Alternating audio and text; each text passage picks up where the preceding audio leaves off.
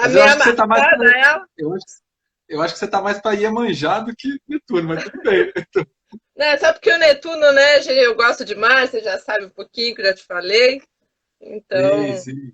gostei bastante dessa imagem aqui. Não, E muito aí, legal tudo essa bem? imagem. Tá tudo bem, tá tudo nos conformes aqui. Eu tô em Londrina, no norte do Paraná. Ah, você tá em Londrina? Eu tô. e De vez em quando eu tenho que fazer o papel de pai, né? Então, Ah, teu filho mora aí? uhum. E tá Ah, fazendo a legal. quarentena aqui em Londrina, então eu falei, vou passar umas 2 semanas aí com você. Mas aí no sul já tá mais tranquilo, né, Hertz? É, eu fico com medo porque esse negócio aí de liberar agora o isolamento, eu não É, consigo, na verdade, assim, eu não consigo entender flexibilização no momento que está subindo, né, tá a subindo, doença, né? está aparecendo muitos casos. Então, acho que agora que tinha que fazer o lockdown, enfim, né, mas É, a aqui gente no Rio vai vai fazer. começar a liberar a partir de amanhã também a primeira fase. Mas assim, vamos ver, né? Vamos ver o que vai acontecer. Porque para aumentar os casos num pulinho é muito rápido, né? Então, É, é. assim, por mais que tenham liberado shopping, academia, eu não vou nessas 2 primeiras semanas, não. Eu vou só. Ah, e liberou, né? Aqui não, aqui vai ser só na fase 3. Academia, shopping não. Liberou mergulho no mar, atividade ao ar livre, tudo que a pessoa já tá fazendo, liberaram É, agora. eu também estou fazendo, né? Eu treino no estacionamento do parque aqui. Então, Ah, é?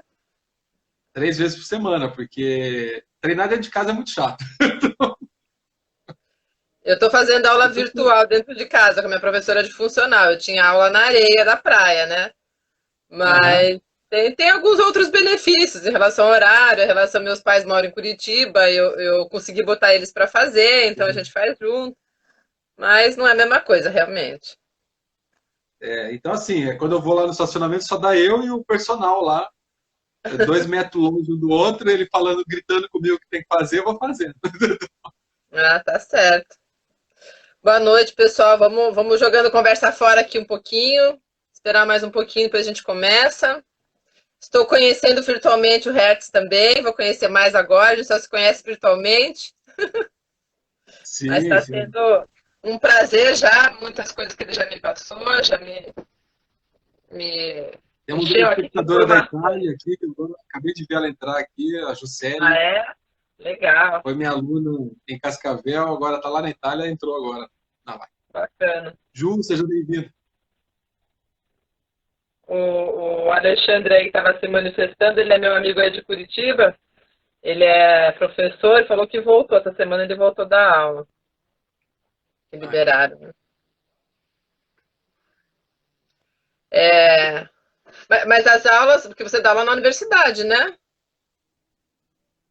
Eu? É, Sim, sim, a universidade que eu dou aula. mas tá parada.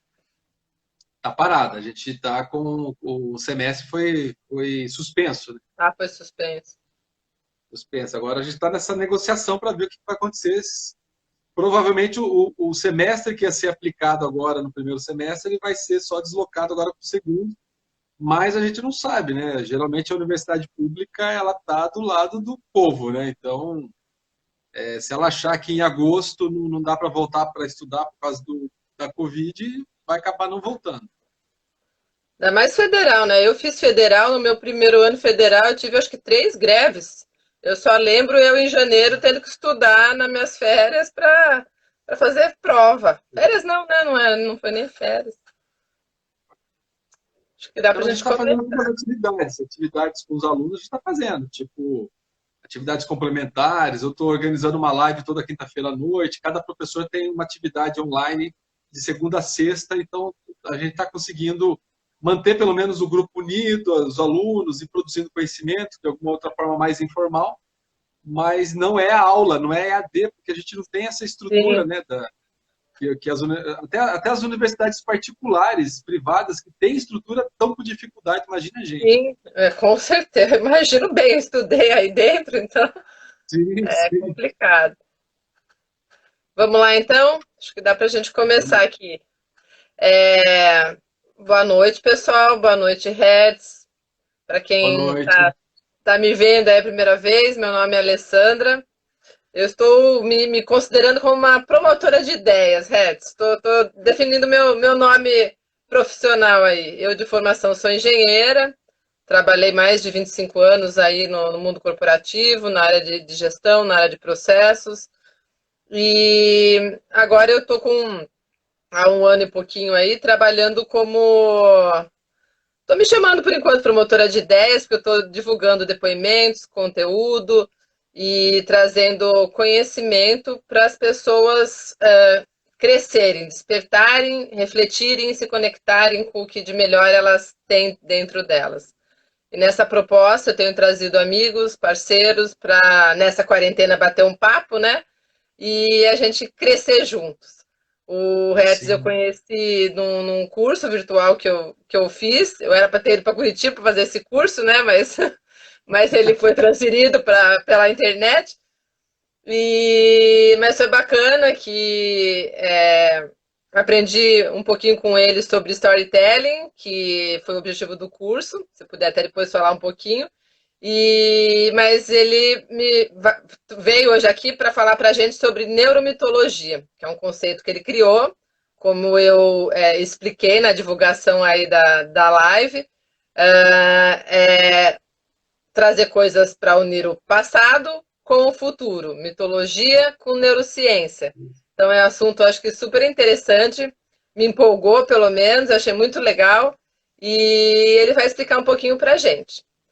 Então, Reds, bem-vindo novamente. Se apresente aí para o pessoal. Não se preocupe em ler os comentários. Se o pessoal for querer fazer pergunta para você, pode colocar aí, pessoal. Aí no momento que eu conseguir interromper ele, eu interrompo e pergunto. Qualquer coisa eu levanto o dedinho se eu ver que você não vai parar, para não te atrapalhar. E, e assim vamos levar a live. Vamos lá então. Deixa eu só fazer um resumo aí da minha. Eu sou um profissional bastante híbrido, né? Então, a minha formação é em publicidade e propaganda, comunicação social. Me formei em jornalismo também. Fui fazer o mestrado na Unicamp em o meu mestrado é bem guarda-chuva, educação, conhecimento, linguagem e arte. E aí só não dou aula de física, química e matemática, o resto eu me encaixo, né? Então, na área de humanas, me encaixo em qualquer situação. E depois eu resolvi fazer o doutorado na área de letras, né? E foi no doutorado na área de letras que eu descobri uma paixão que eu sempre tive e que consegui conciliar com o meu objeto de pesquisa no doutorado, que é a mitologia. Então, eu sempre tive envolvido com mitologia, sempre estudei xamanismo, arquétipos, inconsciente coletivo. E, de repente, no mestrado de letras, eu me vi com a possibilidade de aplicar um novo conceito, né? Então, mestrado não, no doutorado, né? Então, geralmente, quando a gente faz doutorado, Alessandra, a gente tem aí meio que uma obrigatoriedade de ter alguma coisa inédita na pesquisa. Então, quando você se propõe a fazer um doutorado, você está se propondo a fazer algo que ninguém fez, né? Ou Uhum. pelo menos algo, né, com um ângulo diferente, um olhar diferente. E aí foi que eu cheguei lá e falei para minha orientadora, falei, olha, eu quero trabalhar com mitologia na publicidade.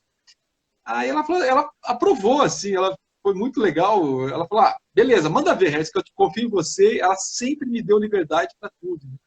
E ela Bacana. achou assim, quando eu fui levar a proposta para ela, depois quando eu fiz né, juntei as ideias e levei para ela falou assim, eu achava que você ia estudar assim, o mito de Narciso numa propaganda, numa campanha publicitária.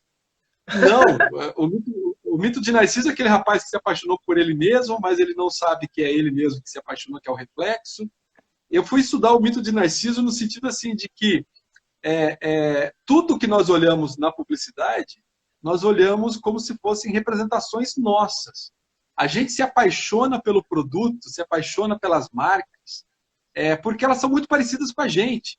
Então existe aí uma porção, uma equipe muito grande de profissionais que são especializados em envolver afetivamente o consumidor, envolver a nossa afetividade.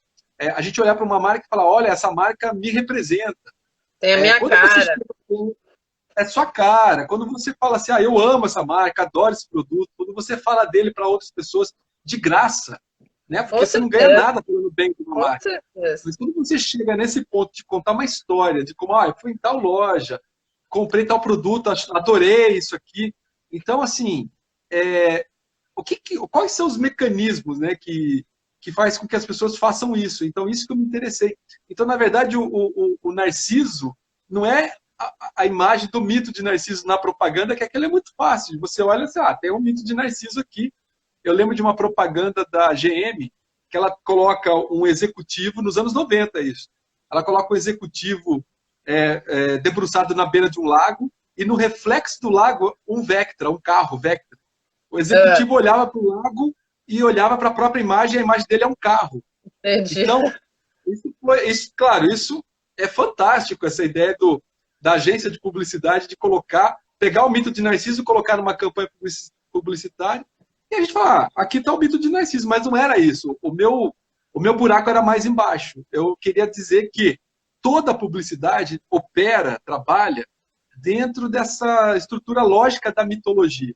Toda publicidade tem alguma coisa de mito, né? E eu fui atrás para saber, eu sabia que tinha, falei, e o que eu vou investigar agora? Como é que eu vou comprovar que existe essa conexão de publicidade e mitologia, que não é só trazer um mito dentro da campanha publicitária, dentro do storytelling, né? Que é a história que a gente conta na publicidade.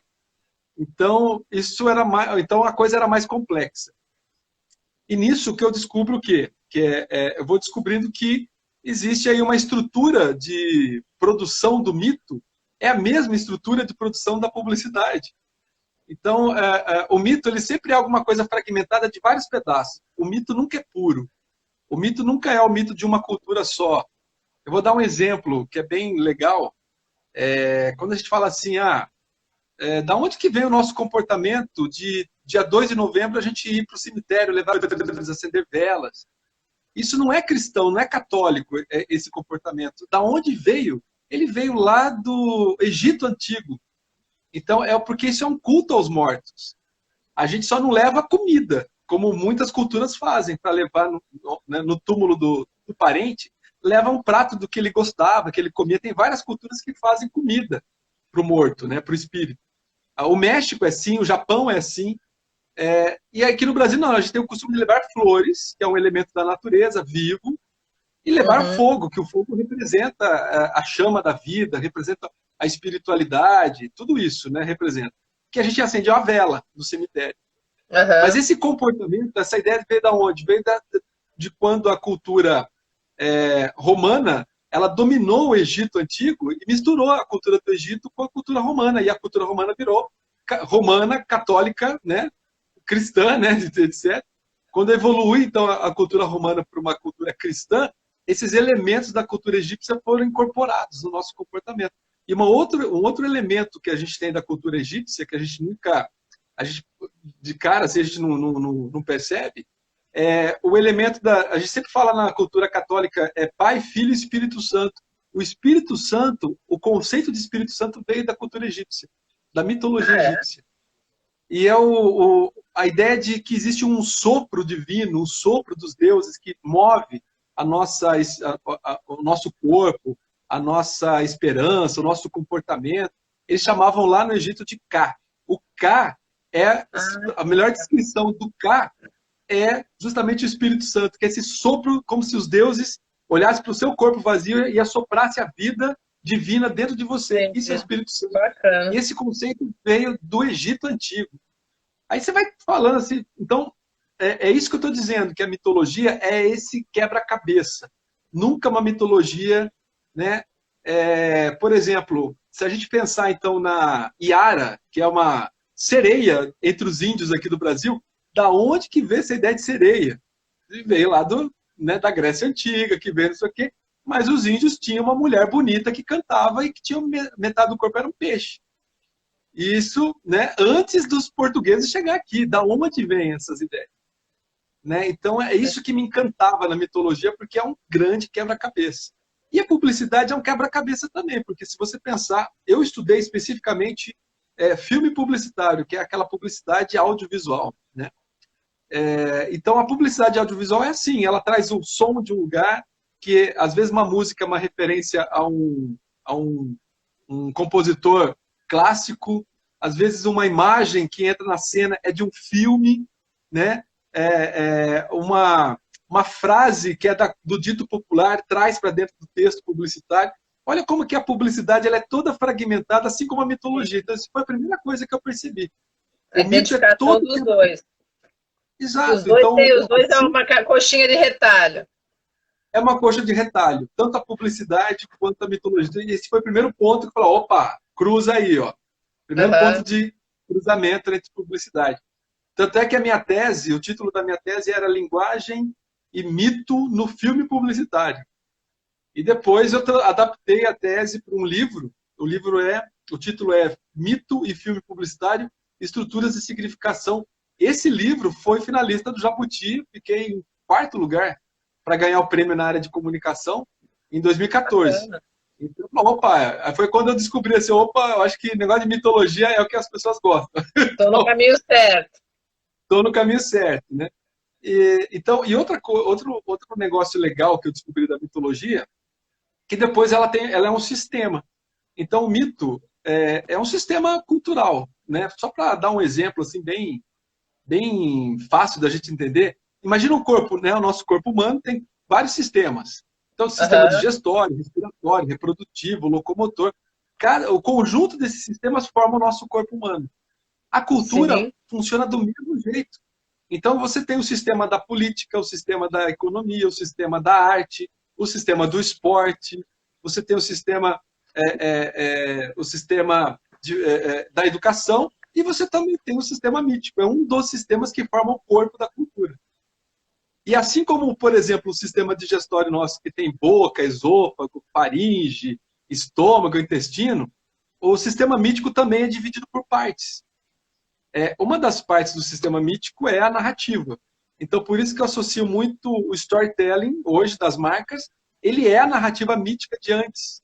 Então, falar assim que a mitologia desapareceu é muito errado, porque ela não desapareceu, ela é muito esperta, ela se adaptou, ela Foi tem as novas transformada. tecnologias, foi transformada, entendeu? Então, assim, é mais ou menos assim, eu costumo dizer assim, você que é esportista, né? Vocês que são esportistas, então cada vez que vocês vão para a praia, cada vez que vocês fazem a sua ultramaratona, aquilo é uma homenagem aos deuses da Grécia Antiga, né? Assim como os índios Tupi-Guarani também faziam homenagem aos deuses guerreiros deles. Então, o deus guerreiro, você tem o Marte na mitologia romana, você tem Ares na mitologia grega, você tem Ogum na mitologia africana, e você tem outros deuses lá entre os astecas. Então, aí a segunda coisa que eu comecei a perceber é que, além de ter uma narrativa, a publicidade tem uma narrativa, que eu chamo de storytelling, a mitologia é uma narrativa, é uma história que se conta. E aí eu fui percebendo que tanto a publicidade como a mitologia trabalha com arquétipos. Então, quando eu falo guerreiro, que tem várias mitologias, são arquétipos, são modelos que já nascem com a gente, assim, né? Então, arquétipo, para poder entender o arquétipo, esse é um exemplo que porque é muito difícil os livros sobre arquétipo, mas vamos pensar, vou dar um exemplo assim de um Dá um arquétipo. exemplo para a galera aí. Para mim também. Um exemplo bem prático. Ó. Vamos imaginar, eu fui criado no interior de São Paulo, então eu sei como que é criar galinha. Então, chega assim 6 horas, 5h30, vai ficando escuro, o que a galinhada faz? Ela sobe no puleiro, ela sobe num galho de árvore, ela fica longe do chão. Porque a galinha é um animal que o instinto dela fala, olha, tem perigo no chão, tem raposa, tem cobra, não é para ficar à noite aqui. Agora, vamos pensar que essa galinha passou milhões e milhões de anos, ela desenvolve inteligência, ela desenvolve a consciência. E o que ela faz com o instinto dela de medo da noite? Ela vai transformar em fantasmas, demônios, infernos. Ela vai transformar nesses arquétipos. Então, o que é um arquétipo? Um arquétipo ele é um elemento que está entre o instinto e a razão. A razão que é o lado nosso racional, inteligente, cultural, e o instinto que é o nosso lado animal. Então, o arquétipo está no meio das duas coisas. Então, por isso que o arquétipo, a gente pode falar que ele é genético. E o Jung falava isso, que é o psicólogo, o psiquiatra, né, que descobriu Carl Gustav Jung, né, era o nome do psiquiatra suíço, austríaco, nunca lembro. E aí, ele que descobre que a gente tem, assim, ele descobre o inconsciente coletivo, e a matéria-prima do inconsciente coletivo, ela é o arquétipo, né? Então, esses arquétipos já nascem com a gente. Então, a grande mãe, o guerreiro, o herói, né? O salvador, sempre, né? O mestre, o mago, né? O sábio, o trickster, que é aquele malandro, tá? Então, você tem tudo isso, né? Aí você tem outros subarquétipos, né? Então, por exemplo, quando você pensa nos arquétipos femininos, você tem a grande mãe, de um lado, você tem a mulher fatal, a mulher sensual, né? De um Uhum. lado. Você tem a mulher que é aquela donzela, né? A princesa. Você tem a mulher que é uma mulher guerreira, né? Então, por exemplo, a Atena, ela tem o arquétipo da mulher guerreira, enquanto a Afrodite era a mulher sensual. Aí, quando você tem aí a Hera, era o arquétipo da esposa dedicada. Você está entendendo que esses arquétipos eles vão preenchendo, na verdade, a gente costuma, eu tive que estudar antropologia do consumo, e aí a gente entende que quando a gente fala assim de arquétipo, deuses e mitologias, uma coisa que é interessante, que é muito clara entre os antropólogos, né? Nós que criamos os deuses, e os deuses que nos recriam. Então é como se a gente tivesse uma necessidade de criar uma coisa fora da gente para poder controlar a nossa vida. É isso Então, que eu te falar, é como se ele preenchesse a gente se identifica com um mais do que o outro e ele preenche a gente. ele preenche, mas é tudo invenção nossa, é tudo da nossa cabeça. Então, na verdade, já É, estava dentro da gente. A aham, gente projeta isso para fora, para depois isso daí que é projetado como se fosse um ser, ele vai influenciar no nosso comportamento. Então é um bumerangue, né? É uma coisa que a gente criou e que ele tem a cara nossa. Por isso que os deuses, geralmente, os deuses são. Eles pulam a cerca, briga, tem inveja, puxa tapete, são uns traíra, entendeu? eles são É, normais. se você pensar assim que o Olimpo naquela época é a novela mexicana dos gregos, entendeu? Então, tudo que acontecia aqui na Terra acontecia lá. Então a gente não sabe se a gente é reflexo dos deuses ou os deuses Ao são reflexos da contrário. gente. E a gente acaba copiando o comportamento deles, porque eles são seres É, superiores, são seres que a é, gente julga acima do bem e do mal. Então, o que eles fazem lá, a gente faz igual aqui na Terra, porque é. serve de exemplo, entendeu? Então, é isso. E aí o arquétipo e a narrativa foram dois elementos assim. E tem outros elementos. Então, o ritual, o totem, a questão do tempo, o deslocamento no tempo sagrado. Então, o sistema mítico, ele é formado por 6 partes, né? Então, as principais partes a narrativa e o arquétipo. É como se a narrativa fosse a superfície, né? Aquilo que a gente vê. E o arquétipo é aquilo que está debaixo do pano, né? Ele se manifesta pela narrativa, porém a narrativa não pode desenhar. Isso é difícil de explicar para os alunos assim, professor, mas tem como fazer uma foto do arquétipo? Não. A foto do arquétipo, representar o arquétipo, não tem como. Mas em toda a imagem tem arquétipo. Aí dá um nó na cabeça. Mas é como se fosse essa ideia do carro aí que você falou e do lago, que eu tô lá vendo minha imagem no lago e na verdade eu vejo o carro do lado, então eu tô vendo é, minha imagem representada lá e o arquétipo tá Tá por ali, trás tá lá, ali. E escondidinho. aí, e a coisa mais legal agora no pós-doutorado, eu estou pesquisando agora a neurociência. Por isso que agora a neuromitologia juntou com tudo isso que eu estou falando para vocês, juntou com neurociência, que é a neurociência do consumo, que é também conhecida como neuromarketing, né? Neuromarketing é um nome mais, digamos, comercial, né? Nome fantasia. E academicamente nós falamos neurociência do consumo, que é uma parte dos estudos da neurociência que está preocupada em tentar entender como que é o nosso comportamento de consumo, né? Então isso que é legal. Então, por quê, né? Aí a gente vai entender algumas coisas da neurociência. Isso que você acabou de falar, de você se projetar numa propaganda e se ver no lugar de um modelo, de uma modelo, usando aquele produto ou passando por aquela situação, aquela história, né, que está sendo narrada ali num comercial de televisão, por exemplo, isso se chama, na neurociência, se chama neurônio espelho. Então, neurônio espelho é um conjunto de neurônios que nós temos qual que é a função do neurônio espelho? A gente se colocar no lugar do outro. Só que a gente pode fazer, então, se colocar no lugar do outro, por exemplo, sermos altruístas, né?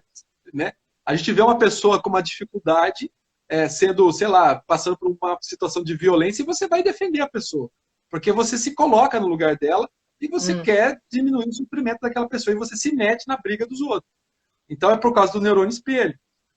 De você ficar com dó de uma criança que chora, que caiu, você se coloca no lugar daquela criança e você vai lá ajudar aquela criança que está passando por alguma dificuldade, caiu de bicicleta, né? Sabe aquela situação de quando você fica com dó e você fica com pena? Essa pena é o neurônio espelho funcionando. Então a neurociência usa esse neurônio espelho para quê? Para você se colocar no lugar do modelo e da modelo na campanha publicitária. E consumir cada vez mais. Consumir cada vez mais. É você se colocar. Como que eu faço com estratégias neurocientíficas para você se colocar no lugar da modelo e vivenciar aquela história que eu estou colocando ali? Então, aí isso é serve para tudo, né? Olha o que eu tô lembrando aqui como uma boa chocolatra. Aí você põe a pessoa comendo. Eu tô lembrando agora, tô falando com você, não era esse sempre que eu ia dar. Mas acho que é da. Não lembro a marca, mas era um ator muito bonito, passando assim, elas na janela, suspirando, mordendo um pedaço do chocolate. Enquanto ele tava passando. Eu ou vi, seja, ele é eu um acho que era. Eu não lembro a ele é um marca chefe, agora, mas. acho que é do Cacau Show, e acho que ele era um chefe de cozinha, que era até casado com a Débora Bloch, tá? O nome Olivier, não sei o Isso, eu quê. lembro que ele era casado com a Débora Bloch. Isso, então, acho que é Olivier, ele é chefe de cozinha. Mas aí ele passava e as moças suspirando, cada uma numa janela e mordendo chocolate. Na verdade, você queria estar no lugar daquele chocolate, né? Para ele estar consumindo chocolate e estar olhando para o cara, né? Então. Sim. Ou ainda, ou o público masculino no lugar do cara para as mulheres se derreter por ele. Então ele comprava um chocolate e entrega para a namorada, para companheira, né? E assim por diante. Então o neurônio espelho ele é muito usado, por exemplo, sabe quando aquele produto vira uma febre? Eu lembro do iPod. O iPod, quando pegou uma febre, assim, todo mundo queria ter. Você olhava as pessoas com o iPod e queria ter um. Isso é neurônio espelho, né? E o neurônio espelho foi descoberto por um cientista numa experiência no laboratório, coitado, de um macaquinho cheio de eletrodo. Aí ele tava lá, o macaquinho cheio de eletrodo amarradinho, e ele vai, pega alguma coisa e come. E o macaco faz o mesmo movimento com a mão e mastiga junto com ele, coitado. Aí ele falou, mas por que esse macaco está fazendo? Aí ele faz o experimento, ele vê que o macaco repete. Aí ele vai investigar e descobre que todos os primatas, e a gente é primata segundo a biologia, temos o neurônio espelho. A gente aprende copiando os outros. Aprende com o modelo dos outros. E aí a gente vê isso na primatologia, que é uma coisa que a gente estuda na neurociência, que é o comportamento dos primatas. Por que a gente estuda primata? Porque o primata é aquilo que está vivo, né, um ser vivo, que mais se aproxima do que nós poderíamos ter sido no passado, na evolução. Nós não viemos do macaco, nós somos um parente distante, né, um parente distante ou próximo, sei lá, mas somos um parente do macaco, a gente está no mesmo galho da árvore, mas não é que veio desse galho aí, a gente é diferente. Né? O Darwin nunca falou que a gente veio do macaco, aquilo foi aquele desenho, sabe, do macaquinho que vai aumentando até virar o ser humano, um meme que foi feito para criticar a evolução da espécie, falando, a gente veio do macaco, então, segundo Darwin. Sério? Não, ele nunca falou. Aquilo foi um meme, aquilo foi publicado, é uma charge que foi publicada no jornal, na época, em 1800 e alguma coisa, né? Final de 1800, criticando a evolução das espécies. E a gente acha que aquilo é uma verdade até hoje. Né? Mas, na verdade, aquilo é um meme, é só uma crítica àquele desenho e até hoje prevalece. Até hoje a gente acha, né, o capitalismo, o consumo usa muito aquela imagem, de que a última versão sempre é a melhor, a mais atualizada. Né? Você compra um carro, aí sai um carro novo, pronto, você já acha que seu carro está velho, você já quer trocar, e não é, aquilo é invenção de neurociência para vocês consumir mais. Entendeu? É verdade, agora você falando que cabe essa imagem para tudo, né? O que está lá atrás, mais velho, já passou, não serve mais, você tem que evoluir, tem que crescer e pegar esse aqui que é o mais novinho, o melhor. Exato. Serve para tecnologia, computador, roupa, moda, né? Então tudo. A última versão sempre é a melhor de todas, né? Então, isso é uma imagem muito forte. A gente pode até falar que essa imagem do macaquinho, esse meme, virou uma espécie de arquétipo na nossa cultura capitalista. ela é Legal. quase é um arquétipo criado pela mídia, um arquétipo. Então aí você já começa a viajar mais e fala, olha, quantos arquétipos a gente não cria, né? Pela mídia, enfim, a mídia cria e bota na nossa cabeça de um jeito que a gente não consegue desvencilhar, desligar dele. Então tem Com muita coisa que a certeza. gente, muitos pensamentos que a gente já, será que é meu pensamento ou é a mídia que colocou na minha cabeça, né? Então a gente nunca sabe, está tudo misturado. E deixa eu te E então perguntar, nesse sentido, pode falar. desculpa, passou uma coisa na minha cabeça aqui que não sei se tem a ver também, mas como tem a ver com, talvez com neurociência e consumo, me falaram uma vez que, por exemplo, a Coca-Cola, o fato do tom vermelho e algumas propagandas que eles fazem, que sempre passa alguma coisa que você grava aquele símbolo na tua cabeça. E isso é feito de forma proposital e você nem percebe, mas você, quando for olhar aquele símbolo que é lugar, você sabe que era Coca-Cola, igual aquele símbolo da Nike, que você olha, não tem nada escrito, mas você vai bater o olho, aquilo lá é Nike. E isso chama como? Tem um negócio desse, né? Eu não lembro direito, porque uma vez quando eu fiz MBA lá atrás, eu tive uma aula também de neuromarketing, eu lembro alguma coisa, mas não sei A explicar. gente chama. Bom, tecnicamente nós chamamos, se for isso na televisão, a gente chama de tie-in. Se for no cinema é merchandising, né? Ou tem um outro nome que é, placement, alguma coisa assim, brand placement, alguma coisa assim. Eu vou pesquisar e mando para você. Mas esse nome, ele é realmente quando você está assistindo um filme. Na verdade, as marcas nem é para parecer tanto. É diferente, por exemplo, quando você assiste uma novela. Outro dia eu estava assistindo a novela, isso há muito tempo atrás, em 2012, a novela Avenida Brasil, porque eu sou noveleiro.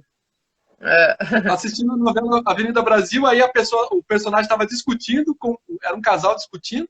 Daqui a pouco eles param da discussão e falam assim: vou ali tirar dinheiro. Eles vão até o Itaú, tira dinheiro, aí volta a discussão. Tipo, do nada, né? O Itaú. Então é muito fácil de perceber, né, na propaganda, quando aparece a marca no meio da. Eles não são nem um pouco sutis, né? Agora, no cinema é muito sutil, você tem que prestar muita atenção, né? Então, por exemplo, quando você vê aquele filme Transformers, quando o pessoal tem cena de briga de heróis no meio de Nova York, ali em Manhattan, pode ver por que puseram isso no roteiro, para aparecer as marcas nos letreiros.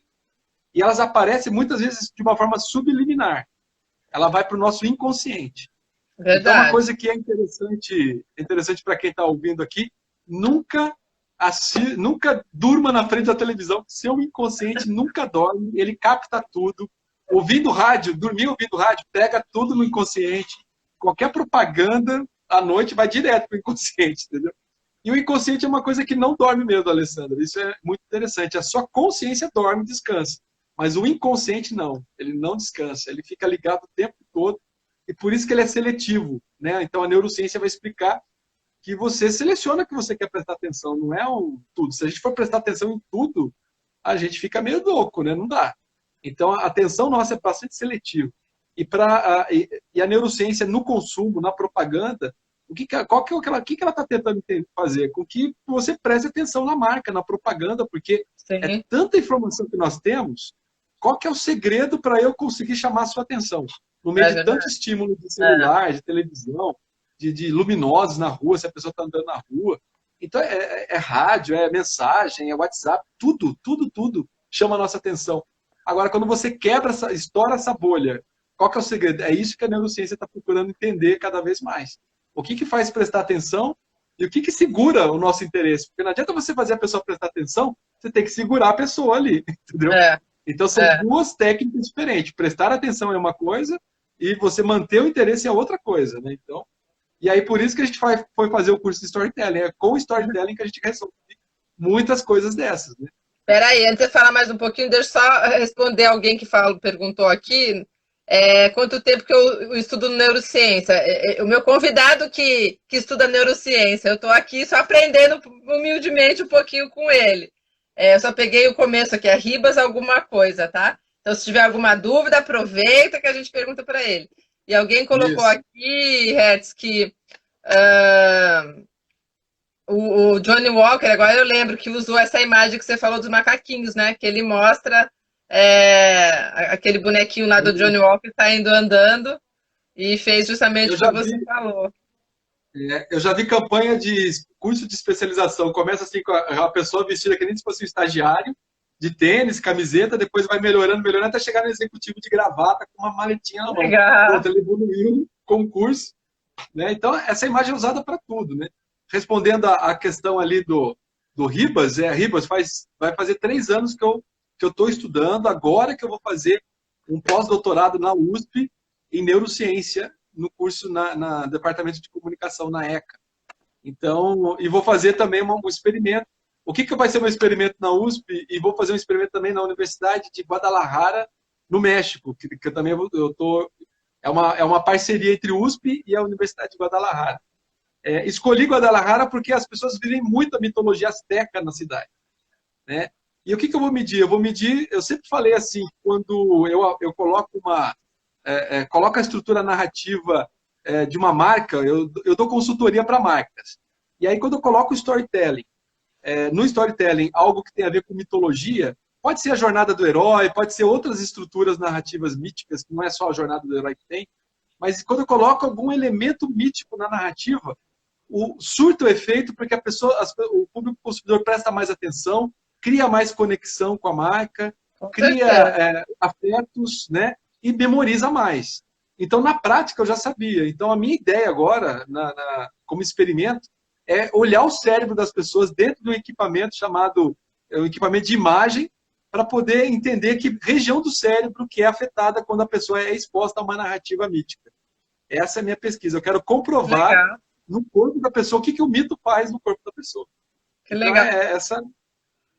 por isso que chama. Aí eu vou conceituar neuromitologia, que é a neuromitologia, resumidamente, é como se eu tivesse utilizando as técnicas, as estratégias da neurociência aplicadas com uma marca, mas conversando, dialogando com essas estruturas míticas, né?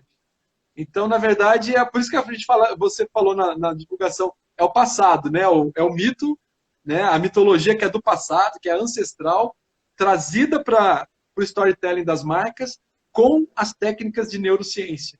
Isso é neuromitologia. Né? Super inovador, bem tua cara até onde eu te conheci. E muito bacana. O pessoal aqui também, ó, sensacional, maravilha. Tem gente pedindo para você ir lá para a Itália. Opa, eu vou. Gente, assim, para quem quiser, aproveitando aqui, fazendo merchan, mas quem quiser conteúdos, coisas sobre neuromitologia, é só seguir o meu Instagram, que é @neuromitologia. Lancei agora o primeiro vídeo no canal do YouTube, tá massa. O canal do YouTube também é o Neuromitologia. E depois tem agora. Tem meu site, que é hertzweb.com.br, tem um blog lá, que eu tô toda Escreve semana. aí, Her. Você ficou meio Deixa eu escrever. embaçadinho para mim aí agora. Vocês estão vendo? Eu tô te ouvindo, mas deu uma travadinha, acho, na tua internet aí. Ah, deve ser. Mas tá, pode Deixa eu. falar. Mas Tô escreve aí falando, no comentário o teu site. Agora tá Ó, o meu voltando. Insta é esse, Neuromitologia. O meu site é hertzweb.com.br. Meu pai também tá Já achando anotei fantástico. aqui. Meu pai tinha colocado, quando você estava falando do arquétipo lá, ele colocou. Não é é Montezuma, né? Um deus maia. Isso, Montezuma. Bom, no YouTube é fácil de achar, é só colocar. Eu sou o único canal chamado Neuromitologia. Então, é facinho de achar. Voltei aí, Lili? Tô com a minha cara de Voltou. volta aí? Ah, então tá bom. Ah, deixa eu só agradecer aqui também. Obrigada, Ribas Macedo Filho. Eu não sei o seu nome, mas me conheceu na live de ontem também. Voltou aqui com a gente hoje. Muito obrigada. Cada dia é um assunto novo. A gente estou priorizando trazer variedades aqui, coisa que nos façam crescer. Ô, Herto, já que você falou já um pouquinho dos dois lados, né, e como você está juntando, só para a galera entender de forma rápida, fala para eles o que é o storytelling. Bom, o storytelling é uma técnica de contar histórias, né? Aí você depende do teu objetivo. Você pode contar histórias escrevendo um livro, uma obra literária, você pode contar histórias escrevendo um roteiro para cinema, para televisão, para uma série. E você pode contar histórias. Se você for jornalista, então contar histórias é natural do jornalista, né? Mas você, na publicidade, você também pode contar histórias. E quando a gente fala de publicidade, eu faço consultoria com marcas. Então, por exemplo, a gente começa pelo naming, né? Então, se você pega um projeto onde a empresa nem existe ainda, ela vai dar o primeiro passo, ela vai começar a pensar no nome da empresa, o nome da marca. Esse é o tipo de projeto que é o mais gostoso de fazer, porque você já pensa no nome. Então, o processo de naming, ele é um processo que é de criação de nomes, né? Então, o naming, ele é um processo de criação... Apagou minha luz aqui, deixa eu só voltar. Mas tá boa. Eu tentei fazer E uma aí, mudança aqui, mas... bom, e aí o naming ele é um processo de criação de nomes para projeto, para livro, para... Eu sempre falei assim, para tudo quanto é coisa que a vida inteira que eu trabalhei, eu falei assim, bota nome, batiza, porque na hora que você batiza um projeto, uma ideia, um produto, uma marca, pronto, nasceu. Né? Parece aquela coisa bíblica, né? Né? Como que é que Deus fala que no verbo, né? Quando você verbaliza, quando você dá nome, a coisa acontece, né? Então, então, o processo de naming, ele é o primeiro passo de um storytelling. Por quê? Quando você pega o nome de um produto, de uma marca, e você tem um nome forte, só de pronunciar o nome dele, você já sacou, você entende um monte de coisa. Tá? Então, deixa eu dar um exemplo aqui, né? Quando eu já sabia, quando foi lançado aquele carro da Ford, o Ford Ka, eu sabia que Ka era o tal do Espírito Santo na mitologia egípcia. E o que representava o Espírito Santo, esse Ka, essa energia divina no Egito, na mitologia egípcia? O escaravelho. Por isso que o Ford Ka, a primeira versão dele, tinha o formato de um besourinho. Era bem Ele parece feinho um mesmo, bem escaravelho. pequenininho. É verdade. Ele era um escaravelho, parecia um inseto, assim, a primeira versão do Ka. É. E aí, eu quando olhei aquilo, falei, Ka, já saquei que era mitologia egípcia, escaravelho, eu já entendi a história. Mas assim, não é todo mundo que entende. Sim, Mas aí, sim. e aí precisa do quê? De outro tipo de storytelling. Tá, então você tem um storytelling daquelas pessoas que vão entender de cara o nome do projeto e vai já contar uma história só com o nome. Aí você precisa do quê? Então o storytelling, ele tá no jeito que você escreve no site, as informações do site, se você tem rede social, como que você está se posicionando na rede social, que história que você está contando, né, sobre a sua marca. Aí você vai construir. Então, o storytelling é quando você, na consultoria, você dá todo o jeito, né, de contar a história da marca, de construir um efeito na cabeça das pessoas. E aí, Bacana. novamente, esse efeito na cabeça das pessoas, que é aquela conexão que as pessoas têm com a marca. Na neurociência, a gente fala o quê? Que o storytelling é a forma de despertar emoção. E quando a gente desperta emoção, a gente desperta alguns neurotransmissores no cérebro, dos neurônios. Então, por exemplo, 2 neurotransmissores que as histórias sempre despertam na gente são a dopamina e a ocitocina. A dopamina é o hormônio, é o neurotransmissor que vicia, que dá uma recompensa. Quando você conta uma história, você vai assistir uma história no cinema, ou você tá olhando, né, lendo um livro, uma obra literária que está muito interessante, você acaba o quê? Tendo uma recompensa. Então, quando a mocinha fica com o mocinho no final, é uma recompensa para o público. Então, o nosso cérebro, ele explode de dopamina, entendeu? Porque é uma recompensa. O que é o consumo? O consumo é pura trabalhar com dopamina, com recompensa. Você acabou de falar que gosta de chocolate. Então, toda vez que você come chocolate, o teu cérebro fala assim, nossa, eu precisava disso. Assim como é a pessoa que fuma, a pessoa que bebe, a pessoa que toma droga. Então, você tem... A dopamina, ela é despertada no nosso cérebro por várias coisas. Pode ser por várias substâncias químicas, como eu falei, cigarro, chocolate, a comida, o sexo, tudo isso desperta dopamina e vicia. Tá?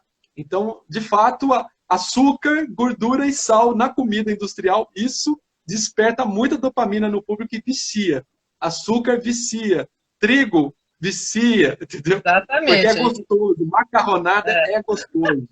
Né? Aquela Você já air ouviu falar? fryer, que é ótima, né? A propaganda da Ah, air fryer, nossa, você não precisa mais se preocupar com a sua saúde. Não tem colesterol, não. Não tem. Volta o colesterol na batata, porque batata sem gordura, o cérebro da gente odeia. Então, porque é gordura. igual o chocolate diet, né? Não tem graça. Quando eu quero comer chocolate, eu preciso comer o chocolate. O normal, não adianta ficar me enfiando Não, 70%, 80%, eu até como, mas. e vou falar para vocês, ó, o normal, a gente que trabalha com neurociência, nós temos que estudar muita coisa.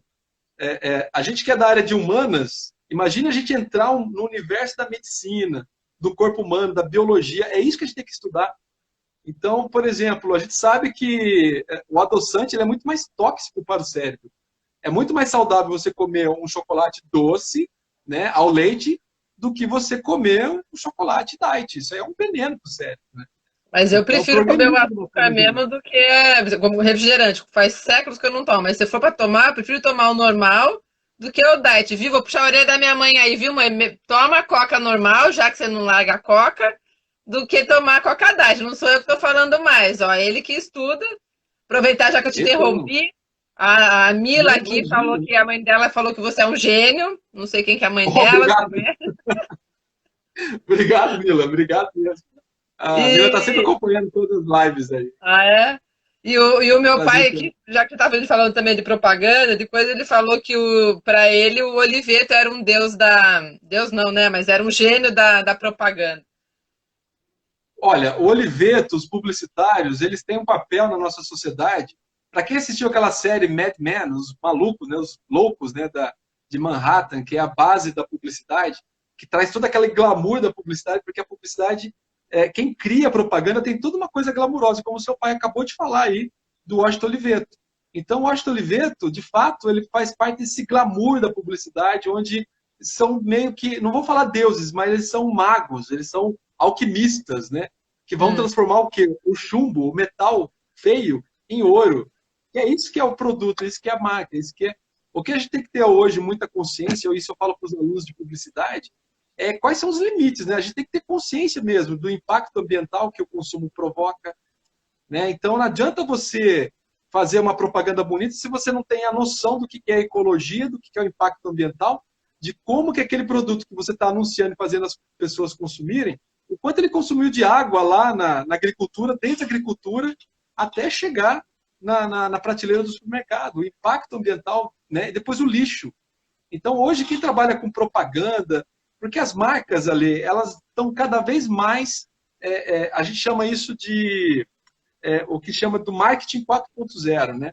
Então você tem Uhum. quatro Já tipos de ouvi falar. marketing. Você tinha um marketing que era focado acho que era focado na produção, depois um outro marketing focado no produto, aí você tem um marketing focado na espiritualidade, na cultura das pessoas, e hoje o marketing 4.0 ele está cada vez mais transformando as marcas em seres cada vez mais parecidas com o ser humano. Então hoje Todo o ciclo os de vida, né? gestores todo o ciclo de vida e eles falam do quê? De que a marca tem que ter moralidade, tem que ter Uhum. emocionabilidade, que é a capacidade de tocar as pessoas, de emocionar as pessoas, tem que ter ética, tem que ter. Olha só, são todas características humanas. E do Então, produto, então não é só o sociabilidade. produto, é a venda dele também, porque antes o produto tinha que ser isso, a venda não necessariamente representava, o que você está trazendo para a gente, que a Exato, venda tem que representar isso também. exato. E a coisa mais louca, assim, mais diferente, né? Não louca, né? Que eu sou de uma. Eu tenho quase 50 anos, então eu vi o mundo analógico antes da internet, eu sei como que funciona. Somos Eu dois, trabalhei então. em campanha publicitária que era toda offline, né? Não tinha nada digital. Eu lembro do primeiro dia que um cliente falou para mim assim, Hertz, vem aqui na reunião. Aí fui lá, marquei lá com ele. Ele chegou assim e falou assim, Hertz, quero fazer isso aqui. Ele vira a tela do computador. Ele falou assim, eu quero fazer uma homepage. Aí eu falei, que é isso, cara? Eu cheguei em crise na minha agência. Eu era dono de agência de publicidade. Eu tinha 15 clientes na minha agência e tinha 17 funcionários. Eu olhei para aquela galera toda na agência e eu falei assim, eu comecei a entrar em crise. Eu falei, caramba, esse negócio vai mudar o comportamento das pessoas. Eu já tive uma visão, assim, foi um negócio assim que eu cheguei, eu sentei quieto na minha sala, fiquei pensando, esse negócio vai mudar o comportamento das pessoas. aonde eu vou estar com 50 anos? Eu tinha 25 anos, isso foi a 25. Aí eu falei assim, aonde que eu vou estar com 50 anos? Eu vou ter que estar fazendo curso de atualização, eu não vou dar conta. Aí, quando aconteceu a coisa mais louca na minha vida, tocou o telefone, era um outro cliente falando assim, era um colégio particular, falei assim, Hertz, eu estou lançando um curso técnico de publicidade, aquele curso de nível de ensino médio. Aí eu falei assim, você é o único publicitário jornalista que eu conheço, você quer dar aula no curso? Foi quando eu comecei a ser professor. Ah, que legal. Eu fiquei 5 anos dando aula no curso ali, eu falei, caramba, agora o que eu faço para dar aula em faculdade? Aí eu fui atrás, fui indo. Quando eu descobri que quanto mais você estudava, né, eu era graduado, depois eu fiz especialização, aí quando eu descubro que quando você tem especialização, seu salário é X, quando você tem mestrado, seu salário aumenta, doutorado aumenta, eu falei, gente, qual que é a iniciativa privada, no caso eu trabalhei muito em faculdade privada, qual que é a iniciativa privada que quanto mais você estuda, mais Mas você você ganha? recebe. Mais recebe. Eu olhei assim, não tem nenhum lugar assim, não lembro de nenhum lugar. E outra coisa, quanto mais o tempo passa, você vai ficando melhor que nem vinho, entendeu? Qual que é emprego que quanto mais você vai ficando velho, você vai ficando mais inteligente? Professor, Aí eu né? falei, é a docência, é a pesquisa, você é cientista. A Juscelia foi minha aluna ali, ó. Eu comecei com a Ju foi a minha... Ju, você foi minha cobaia, minha primeira turma de graduação em ensino superior, Ju, que está lá na Itália, foi a Legal. minha Ela que aluna. está na Itália, né? E, isso, e ela fez aula de aluno especial no mestrado depois comigo e tal. Então, Bacana. assim, foi assim, essa foi a minha carreira. Por que eu saí do mercado? Apesar que eu não estou ainda fora do mercado, porque ainda eu tenho minha clientela que eu faço minha consultoria Sim. no final de semana, nas horas vagas eu estou trabalhando. Então, continuo só que com storytelling e agora eu estou trazendo a mitologia de marca com a neurociência, a neuromitologia de marca para poder aplicar nas empresas e aumentar o meu trabalho. Então, de fato, eu estou vivendo uma nova fase, eu não podia imaginar que aos 46 anos, né, indo para 50, eu falei, putz, eu estou revendo, né? E como eu falei para você em áudio, né, o meu objetivo de vida é sentar no sofá da Fátima Bernardes, conversar com o Pedro Gente, quem Bial. conhecer, aí tem um povo do Rio aqui também, quem conhecer, vamos agilizar. Eu vou lá Isso, de assessora dele para ir junto, né? A gente tenta alguma coisa. exatamente. E vou tomar café com o Louro José e Ana Maria Braga ainda. Esse é o meu objetivo de vida. Entendeu?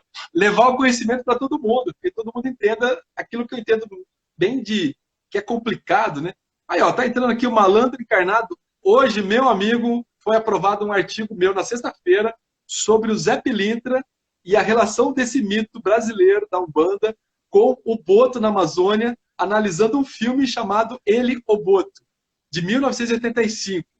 Como que Aquele o Boto é a Do Bruno versão Rist. Como que malandro é? do Zé Pilintra lá na Amazônia. Oi? Esse filme é aquele do marido lá da Bruna Lombardi, como que é o nome dele? Isso. O Carlos Alberto Bruno. Richelli.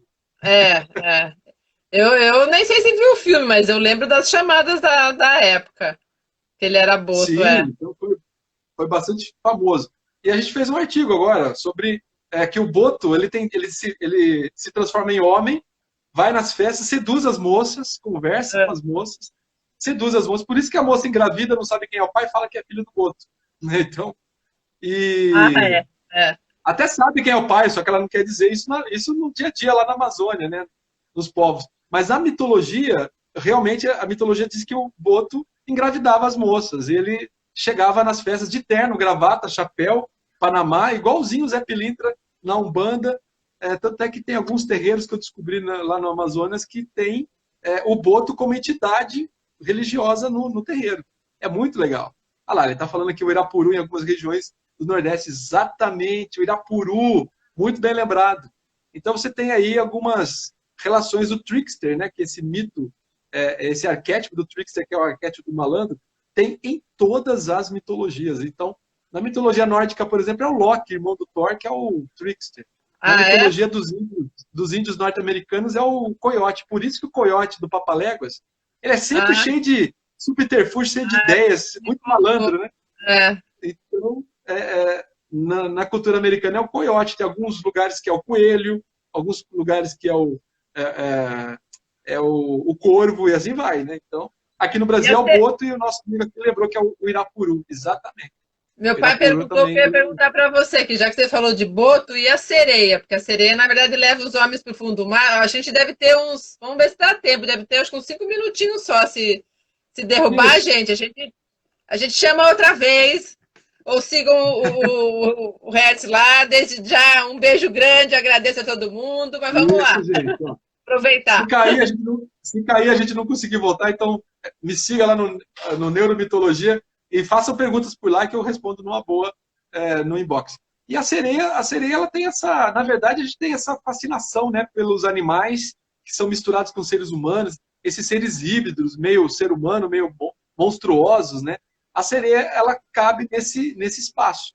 Mas, por exemplo, a sereia é utilizada como logotipo do Starbucks, né? Por que o Starbucks? É. Porque o Starbucks, É. quem toma o café do Starbucks, É. quem toma o café do Starbucks, ele é seduzido, é como se o canto da sereia, que é o cheiro do café, seduzisse a gente e a gente ficasse muito feliz de estar lá, entendeu? A gente é E o atraído. Minotauro? Você Né? falou dos híbridos, eu lembrei do Minotauro. Minotauro, tem o Minotauro, tem o Quiron, que era um centauro, né? O Quiron que gerou a palavra quiropraxia, e Quiron quer dizer cirurgia, né? É o médico, né? O Quiron era um centauro que era médico, né? Operava, fazia cirurgia, né? Então, a palavra cirurgia, quiropraxia e Quiron é a mesma raiz, né? Então, a gente Legal. começa a entender que é a raiz dos nomes míticos, né? E a gente vai entendendo um monte de palavra hoje. Mas, gente, olha, se a gente não conseguir voltar, foi um prazer estar falando com você, Alê, tá? E, Igualmente, nossa, prazer esse todo assunto meu. gera assunto pra caramba, né? E Então, vamos ó, o marcar mais João pra lá de frente. Curitiba, Eu te trago aí pra gente falar mais. Você tem muito assunto para contar. Só os spoilers que ele me deu por alguns áudios que ele passou aqui, dá vontade de falar, vai ficar o dia inteiro ouvindo ele. não, com certeza. Gente, mas a gente, ó, então, quem quiser fazer perguntas depois, mas vamos lá, vamos fazer até a live cair, então. Ó, meu pai falou que tem E, que voltar. Minha mãe também. Eu queria saber o que deve eu vou. cair, mas aí, ó, não sei se estão vendo a Mini lá atrás, eu adoro o Walt Disney, né? Mas o Walt Disney é totalmente mito, storytelling, e é consciente, inconsciente. Eu ia pedir para você falar um pouquinho sobre o Walt Disney, mas acho que não vai dar, mas se você puder falar aí. Tem um orientando meu aqui que acabou de entrar, o João Emerson da Costa. A gente está planejando escrever um artigo sobre a espiritualidade na Disney. Como que a Ah, é? espiritualidade ela é retratada na Disney. Então, Ah, que tem a ver com mitologia. Então, a gente vê, por exemplo, a Pocahontas conversa com a avó dela, que é encarnada numa árvore. O Simba fala com o pai nas nuvens. Né? O pai do Simba verdade, conversa com ele nas verdade. nuvens. E você tem vários desenhos, né, que tem a ver com espiritualidade. E agora a Disney e a Pixar vai lançar em 2020 literalmente show, Alma em inglês, né? Ah, vai? Sobre morte. A pessoa morre e aí vai para um mundo paralelo que é sobre a espiritualidade. E Que muitas vezes a legal. espiritualidade a princesa e o sapo tem as cenas de morte, tem as cenas que tem a ver com o voodooísmo, a religião lá de New Orleans, né? Então a gente sabe que tem muita coisa legal, muita coisa legal. Agora Você tem tem uma 30 palavra segundos mito, mesmo. quase mitológica. A palavra mito tem, né? O mito em inglês não, mito em Ó, grego 20 significa segundos, narrativa. hein? Vai derrubar. Então, daqui a pouco a gente volta, gente. 15 Sim, segundos. meus artigos estão disponíveis no Google Acadêmico e no meu site. Tem uma área do meu site, hertzwendel.com.br, que tem lá os artigos disponíveis.